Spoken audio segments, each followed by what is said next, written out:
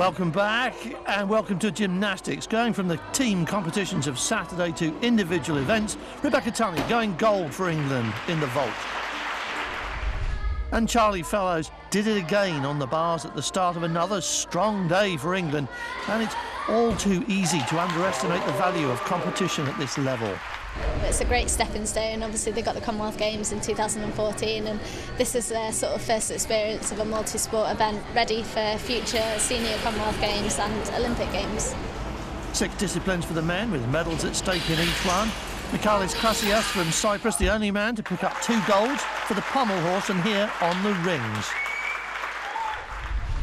And England's Dominic Cunningham produced a sterling effort to overcome injury at the start of the competition and score well on the next 4 events and collect gold here on the bars while visibly in pain.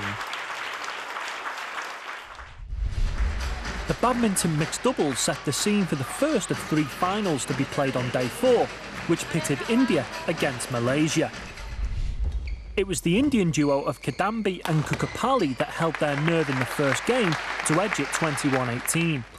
But the Malaysian pair of Teo and Chow fought back to take the second and force the match into a third and final decider. But the Malaysian partnership refused to wilt under the pressure and they finally won out 2-1 victors by taking the third game 21 points to 8 and securing their first gold medal of the Games. Pasala Venkata Sindhu of India took the women's singles title after beating Sonia Che of Malaysia 2-0. Sindhu had held her composure well to round out the game comfortably and with it securing India's first gold medal of the day. Finally, the men's singles title went the way of competitive Malaysian Zulfadi Zulkifli, who defeated India's Samir Verma to take his place on top of the podium.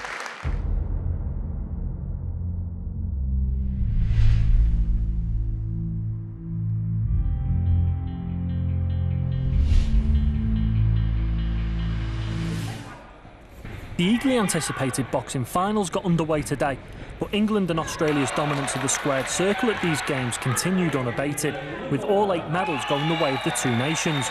Jack Bateson started a run of 4 consecutive wins for England after taking gold against the classy Rahul Pahina of India in the light flyweight division. The flyweight gold medal went the way of Samson Sykes, who outpointed Australian Jackson Woods 13-8 to take home a gold medal of his own back to Earl Shilton.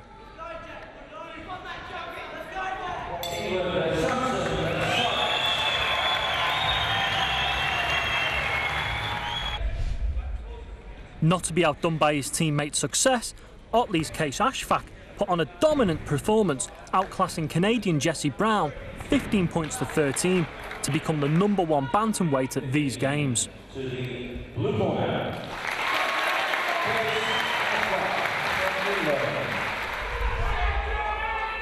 Henry Thomas made it 4 in a row for England in the lightweight final, but only just.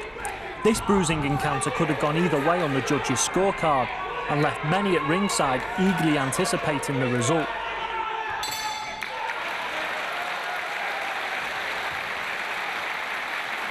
When it came, the visible disappointment on Charlie Flynn's face showing just how close this one was. Daniel Lewis kicked off Australia's boxing gold rush with victory in this sterling contest. Darren Tetley of England found Lewis in fine form and struggled to contain the powerful light welterweight.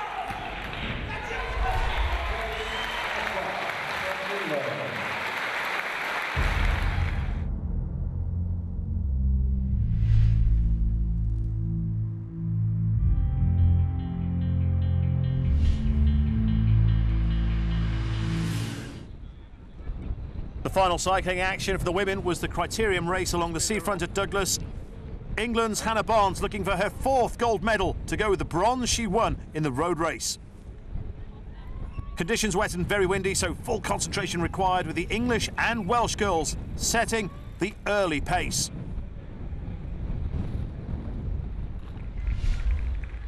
Barnes tried to make a break for it, but Eleanor Barker of Wales reluctant to let her 18-year-old rival ride off on her own.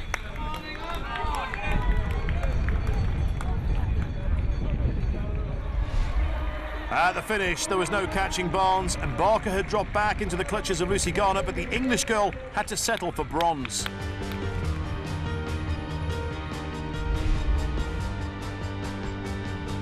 A big field for the men's criterium, and a fast pace from the off.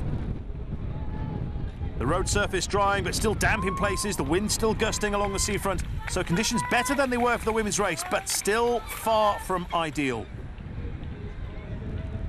And a good-sized crowd on hand to witness what would be a cracking race. Drama when race leader Matthew Holmes of England was too fast into the turn. His front wheel tucking, and he found himself down on the deck.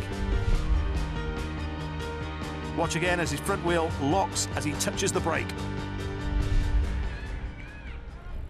In the end, it was Robert McCarthy of Australia who took an uncontested gold, and a sprint finish to the line for silver, with England's John Dibben beating Jack Beckinsale of Australia by the slimmest of margins to take second place.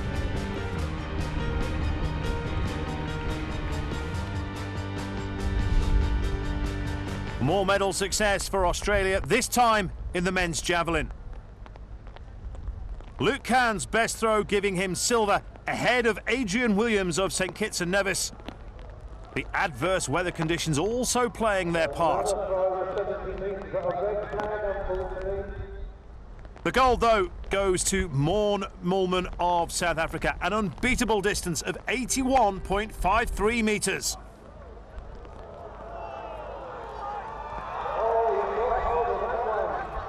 And delighted to stand on top of the podium. In the men's triple jump, Jimmy Telle's best distance was 14.6 metres. But unfortunately, it wasn't enough to give him a medal. The gold going to South Africa's Sinthembiso Albert Janke. He covered 14.85 metres. The final of the men's 400 metres hurdles.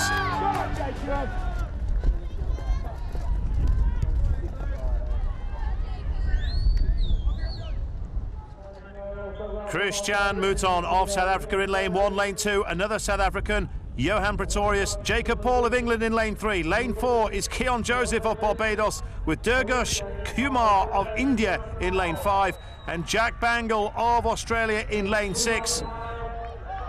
On the dash to the line, it was Kumar who led, with Pretorius and Joseph battling for second place. But Kumar proving too strong for his rivals to take the gold.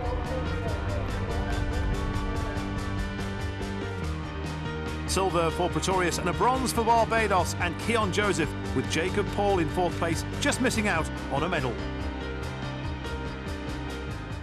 The men's 200 metres final. Permal Olivier of Mauritius in lane 1, Dalton Coppens of New Zealand in lane 2, Tom Holligan of Scotland in lane 3, with Sergey Green of Antigua and Barbuda in lane 4, his compatriot Tahir Walsh in lane 5, and Josh Street of England in lane 6.